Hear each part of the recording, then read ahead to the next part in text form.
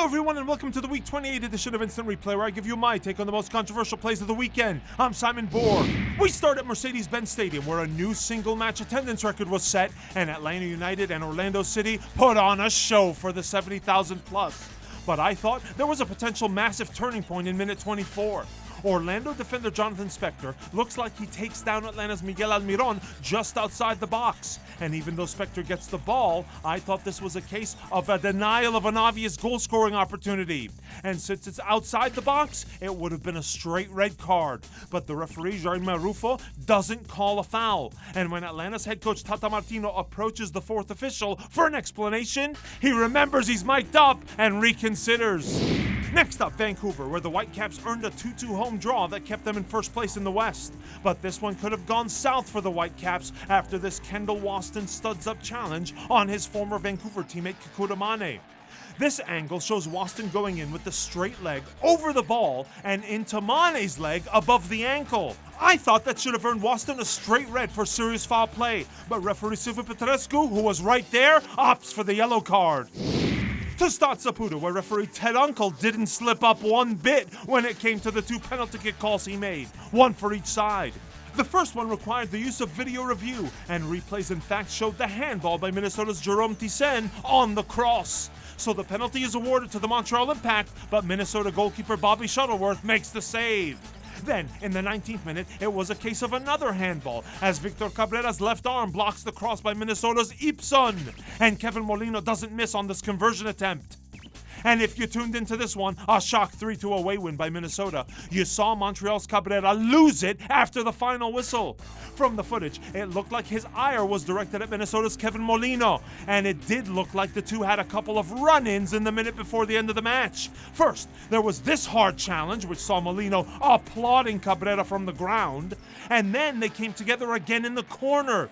But the cameras turn away after the final whistle, and we don't see what happened, although the reports from the Minnesota broadcast suggested that it may have been even more serious than what we saw on the available video.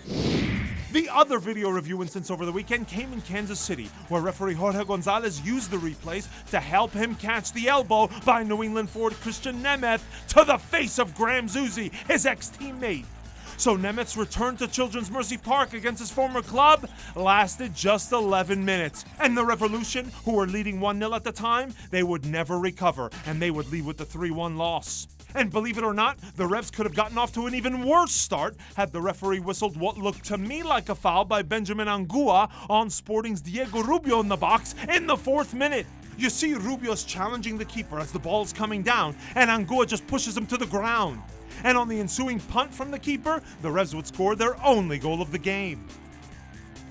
And an interesting play in the 25th minute, where an offside flag probably denied what would have been a Sporting Kansas City penalty kick.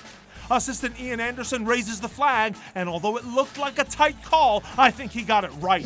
The Chicago Fire brushed aside DC United 3-0, and their last goal came on an 89th minute penalty, as DC's Russell Canouse takes down Chicago's Luis Solinac with this tackle in the box. That's a good call to me, and the Fire's Nemanja Nikolic steps up to convert his club record-tying 18th goal of the season. That was a straightforward call by referee Ismail Alfath, who also did well not to point to the spot earlier in the match in the 42nd minute. That's when DC's Nick De Leon took a tumble in the box, but that was a fair shoulder-to-shoulder challenge on a 50-50 ball by Chicago's Arturo Alvarez.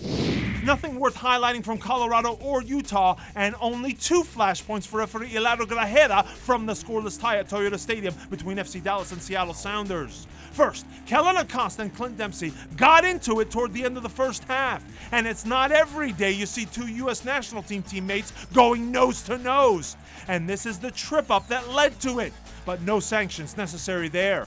Then there was this collision between Dallas forward Maxi Urruti and Seattle center back Roman Torres. The foul was called, and Urruti needed the trainers to come out, but in this case too, nothing to warrant a card.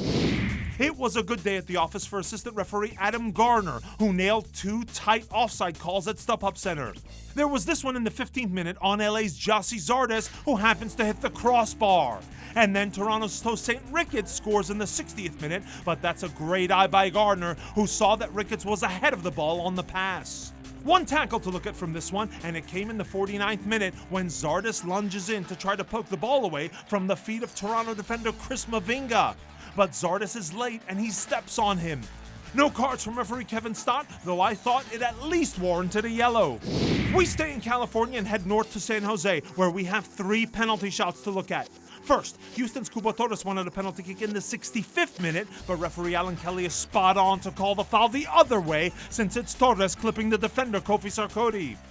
Then, just a couple of minutes later on the other end, a few Earthquakes players had their arms raised, appealing for a handball.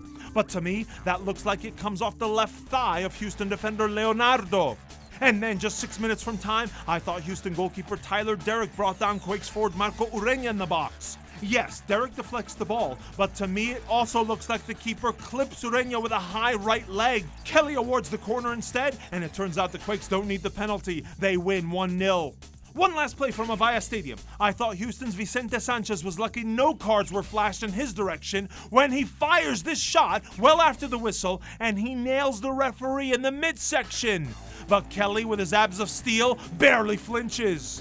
And we end at Red Bull Arena, where I thought New York Red Bulls forward Gonzalo Veron was also lucky not to see a card from referee Jose Carlos Rivero for what looked to me like embellishment in the box. And when we watch it again, you see that was a pretty delayed reaction from the Argentinian. And I thought Rivero also spared Philadelphia's Fabinho, who was already sitting on a yellow when he commits this foul on Bradley Wright Phillips just outside the box. No doubt about the spot of the foul, it was outside, but Fabinho did stop a promising attack in that instance, and I would have gone with a yellow, which would have been Fabinho's second. But no card was forthcoming, and the Union hold on to the 0-0 draw at Red Bull Arena. Now don't be shy, let us know your thoughts on all the big plays in the comments, and until next week, for our editor Rich Hernandez, I'm Simon Borg. See you next time!